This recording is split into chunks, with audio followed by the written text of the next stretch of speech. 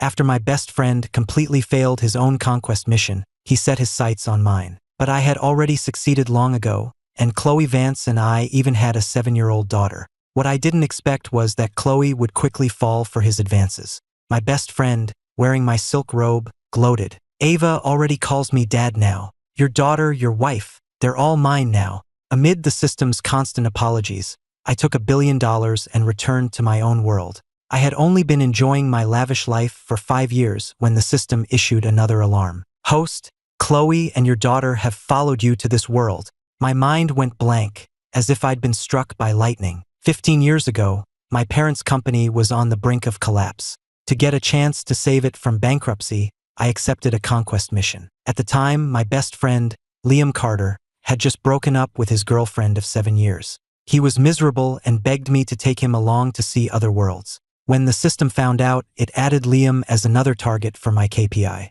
Liam chose the gentle and sophisticated Julian Pierce as his target. He left me with Chloe Vance, who seemed cold, unapproachable, and ruthlessly efficient. I didn't mind and started diligently working my way up from an entry-level position at Chloe's company. Then, I took every opportunity one could to get noticed by her. Unfortunately, it wasn't very effective. I changed my strategy completely, figuring that even if I failed the mission, I could at least gain some valuable experience in corporate and project management. When I returned to my own world, maybe I could find a way to save my parents' company. I put my mind to it, and within 2 years, I had been promoted to director of marketing. As the youngest executive in the company, I quickly caught Chloe's attention. Within a year, I got another promotion and finally won her over. While Chloe was pregnant, Liam had successfully moved into Julian's mansion, just short of making it official. When my and Chloe's daughter, Ava, was 7, Julian's first love came back to the country. Julian kicked Liam out of the mansion,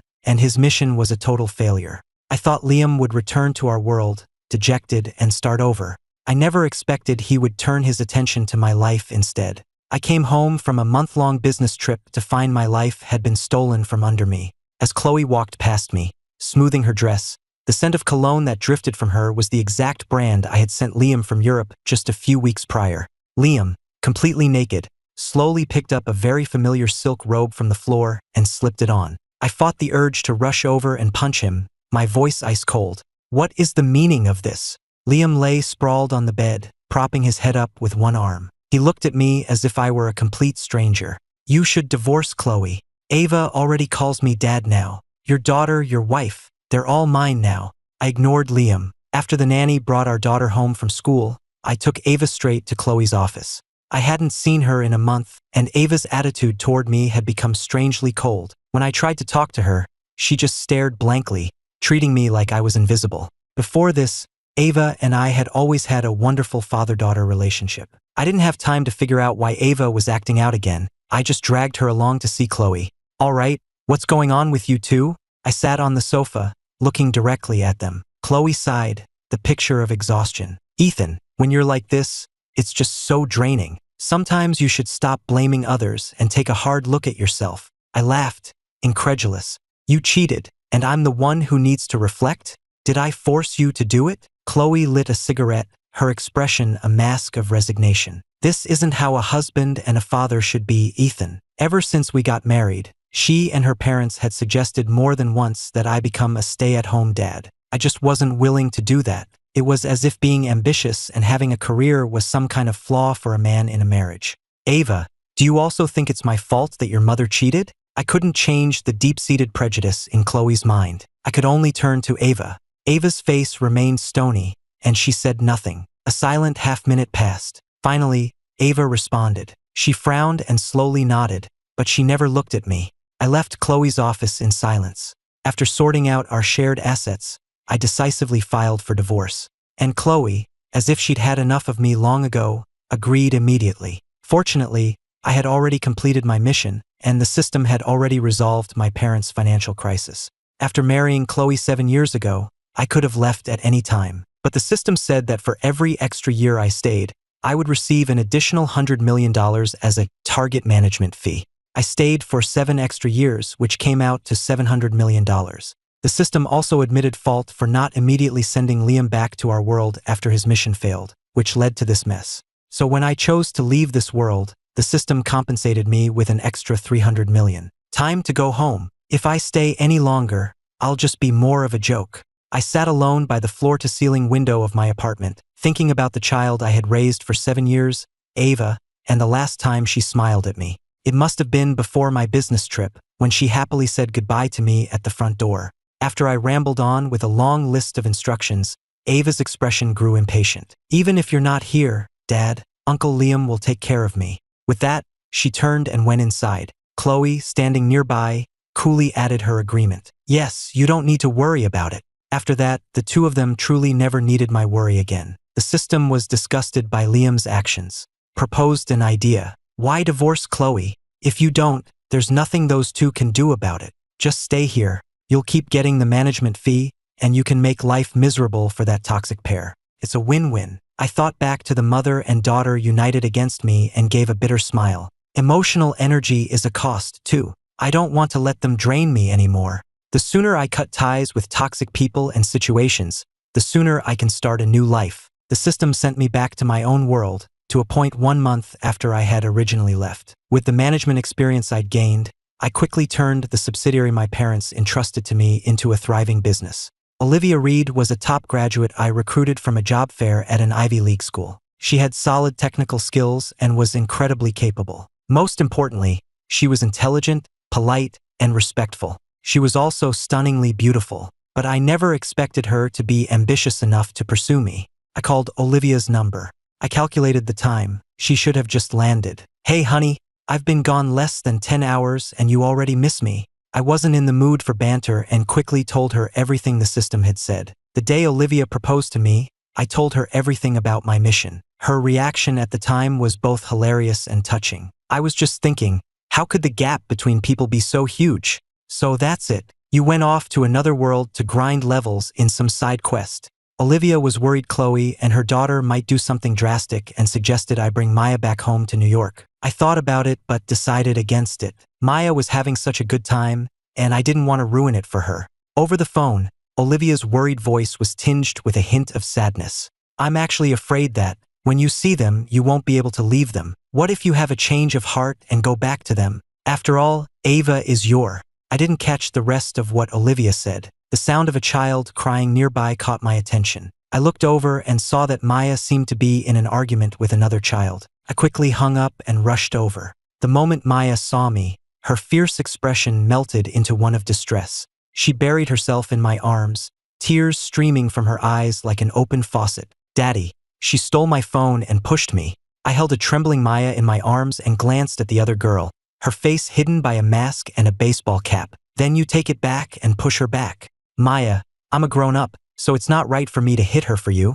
But I signed you up for judo so you could handle bullies like this yourself." Maya squirmed in my arms for a moment. Just as she was about to get up and retrieve her phone, the other girl suddenly rushed toward me. Maya launched a flying kick that sent the girl sprawling to the ground. I held Maya back before she could do more, a confused look on my face. "Maya, what's gotten into you today?" Normally, if another kid took something from her, Maya would handle it herself without any trouble. There was no need for tears or for getting so violent. Maya stood there with her fists clenched, her eyes blazing with anger. "He's my dad. Don't you dare try to steal him." The girl struggled to her feet in the sand. Clutching the phone, she cautiously took a few steps toward us. "I'm sorry, here's your phone. But your dad really is my dad. I can show you pictures of him." As she spoke, the girl frantically pulled a photo album from her bag. I froze. That leather-bound album was one I had custom-ordered from Italy when my wife was pregnant. It held every photo of Ava from her birth until she was 7. After the divorce, I had wanted to take the album with me, but Ava told me she had thrown it away. The reason she gave was that Liam didn't want to see any of my things. 5 years had passed. Ava had grown so much, but she shouldn't be here. "Dad, I never lost the album. I just wanted..." Before Ava could finish, Maya yelled, "Don't you call him that. He's my dad, not yours." I didn't reach for the album. "You don't need to show me. I only have one child. I can't be your father." At my words, the light in Ava's eyes instantly faded. I hesitated, but I couldn't help but ask her with some concern, "By the way, where are your parents?" Ava shook her head, slowly tucking the album back into her bag. Seeing she wasn't going to say anything, I took Maya's hand, gathered our things, and started walking back to the hotel.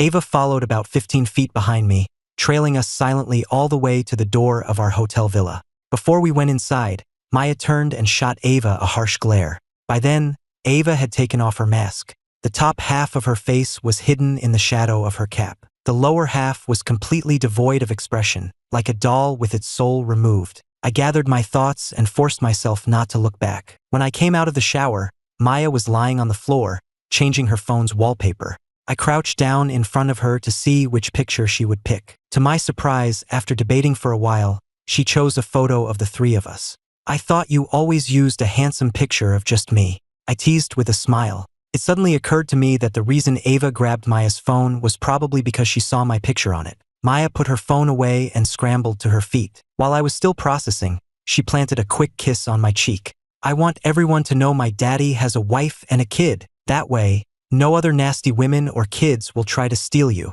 I smiled and pinched her cheek. "What nasty women?" Maya immediately swiped on her phone and held it up to my face. "Maya, some nasty woman might try to bother your dad. While I'm away, help me protect him." It was a message from Olivia. The rain in Miami always comes down hard and fast. When I got downstairs, I immediately saw Ava, soaked to the bone. I held an umbrella over her and led her under the covered walkway of the villa. "I'm asking you one more time, where are your parents? If you don't tell me, I'm calling the police." Ava looked at me, her eyes a mixture of surprise and distress. "I had to sneak onto this private beach to find you. Please, don't call the police." Her voice trailed off. I realized something was wrong. "You came here alone?" Ava nodded, looking meek. But then I remembered how cold she was when I left. For a moment, I couldn't tell which version of her was real. That world collapsed. "It was Uncle Liam who found a way to send me to your world." Before I took Ava upstairs, I laid down some ground rules. She was only to call me Mr. Kane, and she was not to upset Maya. Ava hesitated for a second, then nodded. I kept calling out to the system in my head. I wanted it to explain why Liam would just dump a child here and disappear. And where was Chloe? I called and called, but there was no response. For now, all I could do was ask Maya to lend Ava some clean clothes.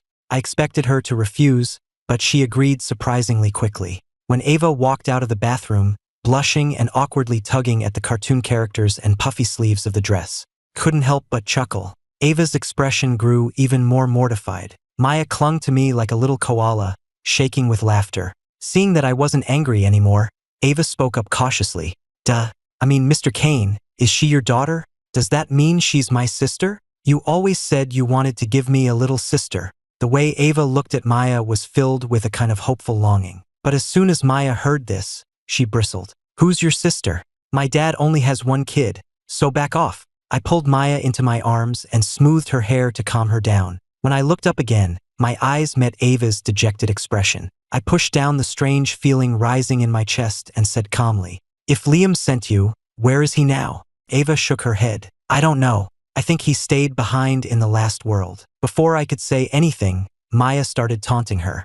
"Sounds like your dad abandoned you, but that's still no reason to try and steal mine." Ava's head snapped up. "I'm not trying to steal your dad. He was always..." She trailed off, looking guiltily between Maya and me with a lost expression. Logically, after I left, Liam, Chloe, and Ava should have been a happy little family. But why now? If the world collapsed, how could Liam have stayed there? I pointed out the flaw in her story. "We jumped through 5 different worlds. This is the 6th one." Ava paused for a moment, then patiently explained. "Did Liam not come with her because he felt guilty? Liam and I met in college. Once we got to know each other, we were practically inseparable. Wherever I was, he was sure to be there too. No matter how much we argued, we'd always be back to normal the next day, friends again. I just never thought we would fall out over a woman and a mission." My chest felt tight, as if wrapped in steel, and I could barely breathe.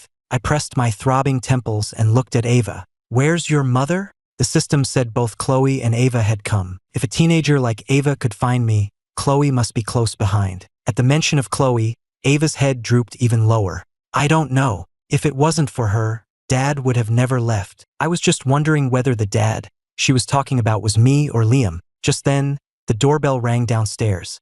On the video doorbell screen, Chloe was adjusting her collar. I looked at her face, which had grown much thinner, and for a moment, she seemed like a stranger. When I opened the door, my expression showed neither surprise nor nostalgia.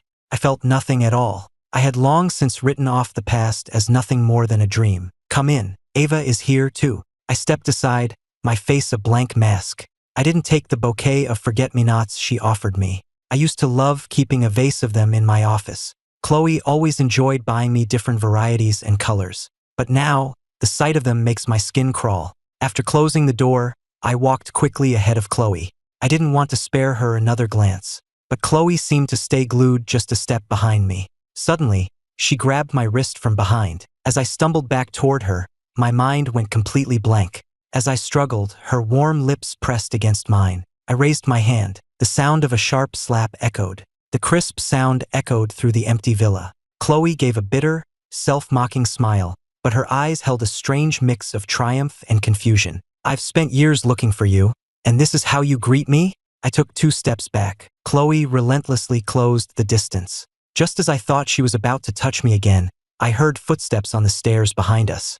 Daddy! Maya ran to my side, glaring defensively at Chloe. The air was silent for a few seconds. Chloe finally snapped out of her shock. You've only been gone 5 years, and you already have a daughter this old? She frowned, looking at Maya. Her tall, imposing frame was intimidating. Is it any of your business, lady? And can you please back away from my dad when you talk? You're practically spitting on him. My dad hates rude, arrogant people like you. Maya's tirade made Chloe's already dark expression turn thunderous. Ethan. Chloe took a deep breath, as if trying to suppress a powerful emotion. Before Chloe could speak, Ava, who had been silent this whole time, suddenly stepped in front of me. Mom, are you going to drive Dad away again? Then, she turned to me. Dad, if you hate her, I'll help you make her leave. This time, please don't leave me, okay? I know it was always Mom's fault. I really, truly never blamed you, Dad. Fat tears streamed down Ava's cheeks. She wiped at her tears while gently taking hold of my sleeve. But then, as if afraid I would reject her, she reluctantly pulled her hand back. A bitter feeling churned inside me. I looked helplessly at a crying Ava, remembering Olivia's words on the phone. I'm afraid that when you see them, you won't be able to leave them, that you'll have a change of heart. I'm only human. Suddenly, I felt a warm touch in my palm. I looked down to see Maya holding my hand, her expression conflicted. After a few seconds of hesitation, she took Ava's hand and placed it in my other one. I was stunned. My eyes started to burn. My hands, holding theirs, trembled slightly. Seeing this, a flash of joy lit up in Chloe's eyes. She excitedly reached out to us, only to have Maya swat her hand away with a sharp chop. Outsiders aren't welcome, unless you want to be my dad's kid, too. After saying that, she rolled her eyes at Chloe. Is this how you raise a child? Chloe was so angry her hands were shaking. Her usual imperious, queen-like demeanor crumbled. In that moment, Chloe looked like a clown. I didn't want to waste any more time. I just gently patted both Maya's and Ava's heads. Can you two go upstairs and play for a bit? I need to talk to this lady alone. As soon as we sat down in the living room, Chloe eagerly began to speak. Ethan, I'm here now and I'm not leaving. I'll raise Ava with you, and of course, I'm willing to help raise your other daughter too. When we get back to New York, let's get married again. Let's start over, okay? I frowned, confused as to why Chloe, who had agreed to the divorce so readily, was now so desperate to get me back. Did you accept a conquest mission too? I considered the possibility. Chloe's expression was blank for a second before turning to confusion. What mission? It didn't seem like an act. Chloe genuinely didn't seem to know. It's nothing. We were over the moment you cheated. I don't know which words set her off. She shot up from her chair. Her arm knocked over the glass in front of her. The glass rolled across the table before shattering on the floor with a crash. Nothing happened between me and Liam that day. He was the one who got naked and laid down in my bed. He was trying to unbuckle my belt. The truth is, back then, I tried to make excuses for them in my own mind. But their attitudes were so brazenly unapologetic. They didn't even deign to explain themselves. I was just completely exhausted by it all. I no longer had the energy to care. You don't have to say any of this.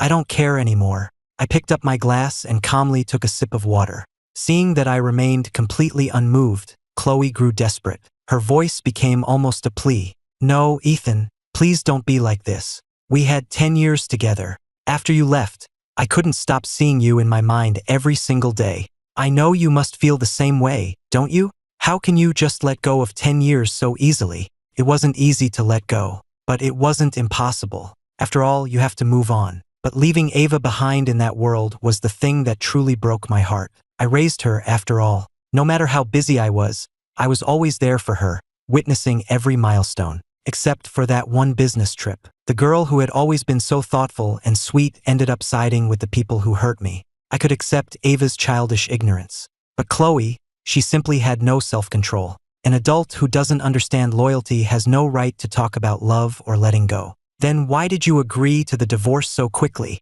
What is all this for now? I kept my eyes down, not wanting to look at her.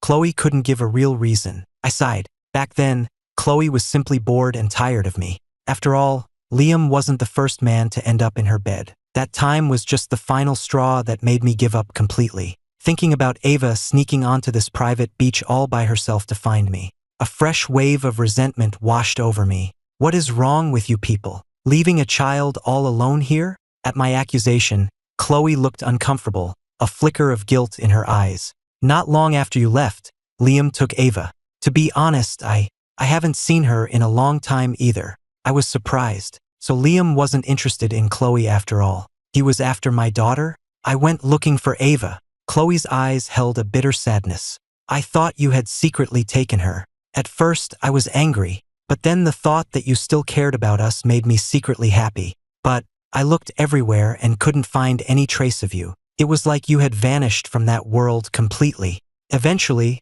I figured you must have been a mission taker too. I suppressed my shock and put my guard up. So, are you here for revenge? Chloe shook her head, her expression sorrowful. Ethan, is that really what you think of me? Besides, I was the one who pursued you back then. I was silent, unsure of what to say. The silence stretched on. The spilled water on the table was slowly drying. A green velvet box was pushed across the table toward me. Open it. Chloe's deep eyes were filled with anticipation. I pushed the box back to her. I'm married. I don't accept gifts from other women. Chloe froze. Her hands trembled as she opened the box.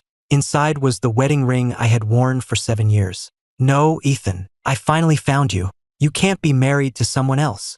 I won't let it end like this. As Chloe spoke, she reached for my hand. The moment she tried to slide the ring onto my finger, she saw the new wedding band already on my finger, one she had never seen before. I pulled the old ring off where it was stuck at my knuckle and pressed it back into Chloe's hand. Chloe's expression was vacant, as if her soul had left her body. She let the ring slip from her palm and fall among the shards of the glass she had shattered. A broken mirror can't be made whole again. Besides, I had already moved on. For the next few days, I continued our vacation in Miami with Ava and Maya. After I gave Chloe the cold shoulder a few times, she started keeping her distance, following us from afar. She didn't approach or bother us again. However, the night before our flight back to New York, Ava suddenly disappeared. I searched everywhere and even called the police. In the end, I was told that Chloe had taken her. A surge of fury rose in my chest. I grabbed my phone to confront Chloe, only to realize I didn't have her number in this world. I couldn't just let her take Ava and use her as leverage against me. I dialed the number I hadn't called in 5 years. It actually went through. I heard Chloe's soft laugh on the other end. Ethan, after all this time, you still remember my number. I'm so glad. Where is Ava?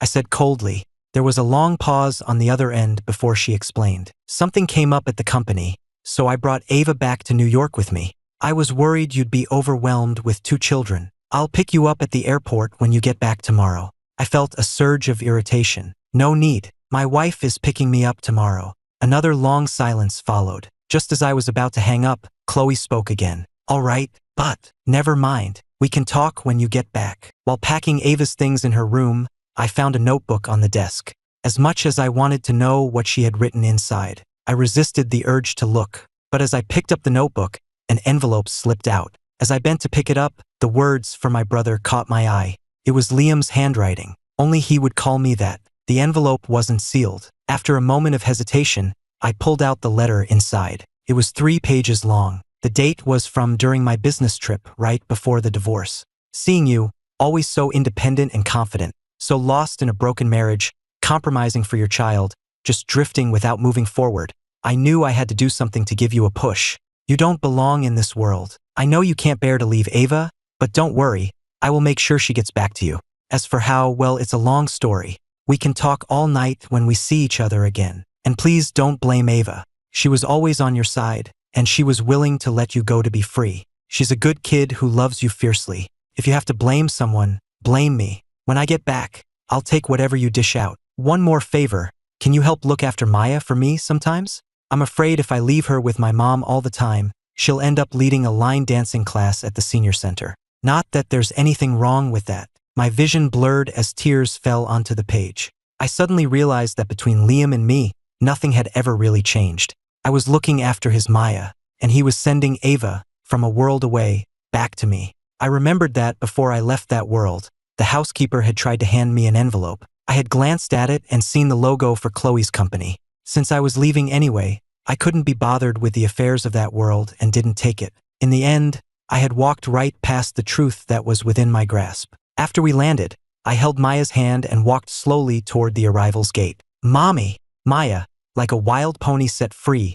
bolted into Olivia's arms. Mommy, I didn't let that nasty woman bully Daddy. Olivia paused for a second, then gently squeezed Maya's cheek. I knew my Maya was the toughest. Okay, Maya, you stand right here for a second. With that, Olivia quickly walked over to me. The moment she wrapped her arms around me, for some reason, I felt a wave of emotion well up inside me. Olivia, I mumbled, burying my face in her shoulder. Yes, I'm here. Olivia kissed the corner of my eye. Suddenly, out of the corner of my eye, I saw two familiar figures not far away. I took a deep breath and started to speak, feeling a little guilty. So, Olivia, Olivia gently nuzzled the top of my head with her chin. Her warm breath carried her familiar scent. She slowly brought her lips to my ear, her voice a seductive whisper. Honey, I missed you so much.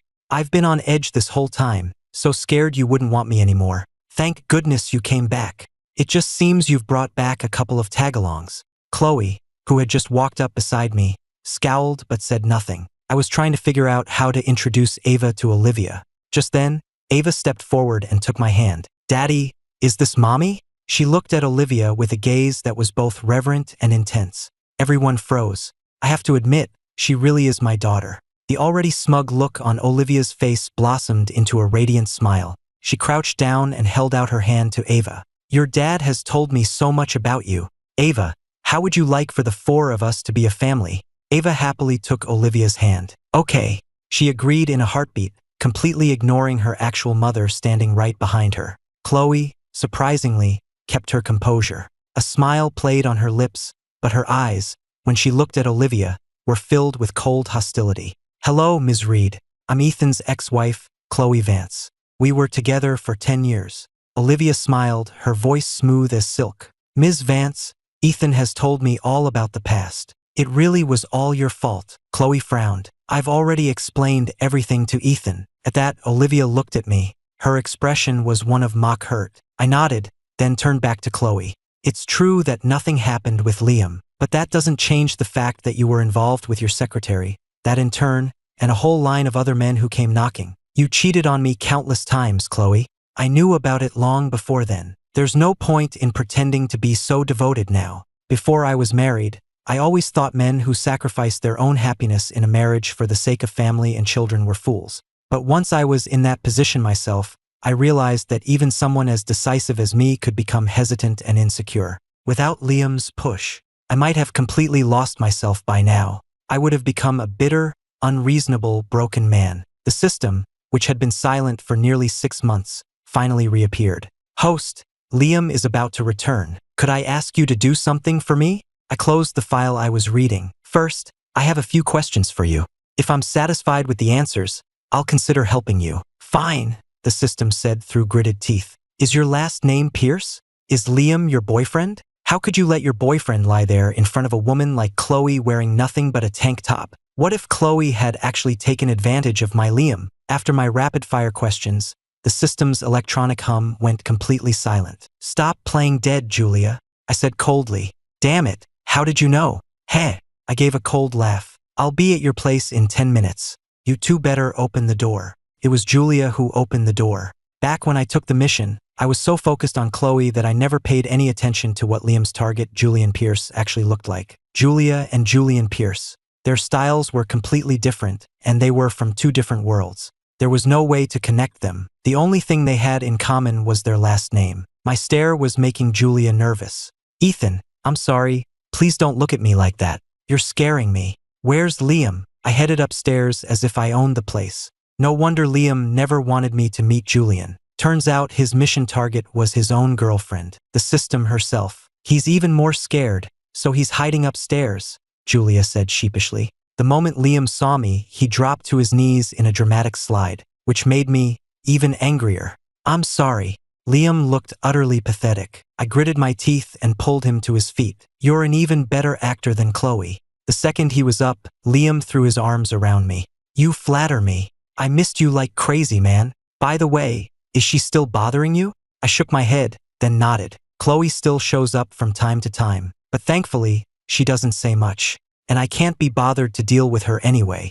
Olivia, on the other hand, has become even more clingy lately. She keeps talking about having a baby to solidify her status. I couldn't resist her constant pleading and her daily use of her feminine wiles on me. In the end, I had to give in. She wears me out every single day, leaving me with an aching back and a hoarse voice. Why did that world collapse? After talking with Liam for half the night, I finally yawned and asked my last question. It's a long story. To put it simply, that world was already unstable, and when Chloe crossed over to find you, it just completely. But now that world has merged with ours, so the crisis is over, and Julia can finally retire.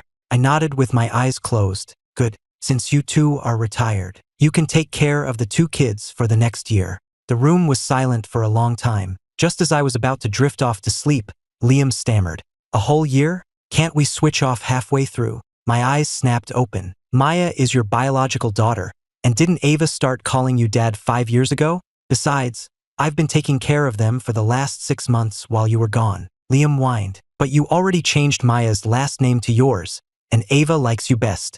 I poked Liam in the forehead. You betrayed me. What's wrong with me stealing one of your kids in return? Liam hadn't been home in nearly 6 years. His mother saw how close Maya and I were and suggested I just adopt her. But knowing Julia would still pop in from time to time, I didn't agree. Who would have thought Maya herself would insist I was her real dad and demand to have my last name? No amount of coaxing worked, and partly out of my own sense of revenge, I actually went and had her last name legally changed. We argued back and forth for a while without reaching a conclusion. Liam and I both fell fast asleep. When I woke up, Olivia was already waiting downstairs. She had Maya and Ava with her. The kids are all yours. I'll be taking my husband now, Olivia said with a grin, coming over to take my hand. Liam and Julia looked at the 2 kids, their faces pale with dread. You don't want to watch me? Well, I don't want to stay with you either.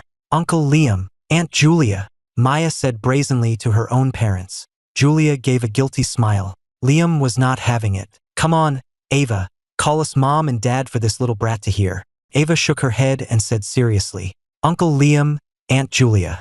Maya is my sister. Whatever she calls you, I'll call you. I'll follow her lead. I was doubled over with laughter. Liam was so mad he stomped his foot. Then what do you call Chloe? That lady, Ava answered without missing a beat. Liam froze for a second. Then he burst out laughing, slapping his thigh. Damn, that feels good. When Ava turned 13, Chloe showed up at her birthday party. Liam shot Ava a warning look. Ava just shook her head and said coolly, Dad doesn't like that lady. I blocked her number a long time ago. Chloe's hand, halfway to placing a gift on the table, froze. The atmosphere was tense for a few seconds. Chloe gave a bitter smile and looked at me. Ethan, I brought gifts for both of the girls. And, for you. I didn't even look up, just gave a non-committal Chloe remained standing where she was. Is there anything else? I looked at her, my face impassive. Ethan, can I talk to you alone for a minute? Chloe's tone was uncharacteristically soft, as if she was afraid I would say no. From the moment Chloe had walked into the restaurant, Olivia hadn't let go of my hand. I gave Olivia's hand a reassuring squeeze. I stood up. On the restaurant's outdoor terrace, I stood silently in the breeze. Chloe stared at my face, as if trying to read my soul. What did you want to talk about? I broke the silence, my voice tinged with impatience. Ethan, I know that girl isn't yours and Olivia's. She's Liam's daughter, isn't she? Chloe looked at me, a hopeful light in her eyes. What if she is? You don't actually think we still have a chance, do you? For the first time, I found Chloe to be utterly and laughably naive. Hearing my words, Chloe's expression grew urgent. We have a history, and we have a child together." Before Chloe could finish, the door to the terrace opened. Olivia walked toward me, holding my jacket. Her voice was intimate, as if she hadn't even noticed Chloe was there. "Honey, it's getting chilly out here. Let's go back inside. I'm pregnant, so I'm a little delicate. I shouldn't be out in the draft." Chloe's head snapped toward me, her face a mask of shock. "She's pregnant?" I nodded. Chloe clenched her fists. Her tall frame seemed to sway on the spot. After a moment, she composed herself. She lowered her head and said with a bitter voice, "Congratulations. Well, you take care of yourself. I'll be going now." The terrace door closed softly behind her. Olivia dropped her defensive posture and playfully buried her face in the crook of my neck. "Honey, she is so annoying, always trying to challenge my rightful place in your life." I smiled and reached up to stroke her hair, but she caught my wrist in her hand. She guided my hand, bringing it slowly to her cheek. In that moment, Olivia was like a little cat begging to be petted. She gently nuzzled her cheek against my palm. My heart melted, couldn't resist. I cupped Olivia's face in my hands and kissed her. Her hand immediately moved to the back of my head, pulling me closer. After a long, tender moment, Olivia slowly pulled away. Her beautiful eyes were shimmering with moisture. I traced her lips with my thumb. "Olivia, I love you." Olivia froze for a second, and then a smile spread across her face. As she smiled, her eyes began to well up. She lowered her head to kiss my fingertips, and when she looked up at me, her eyes were full of devotion and fire. "Ethan, I love you more. I am yours. I will always be loyal to you, and I will never betray you."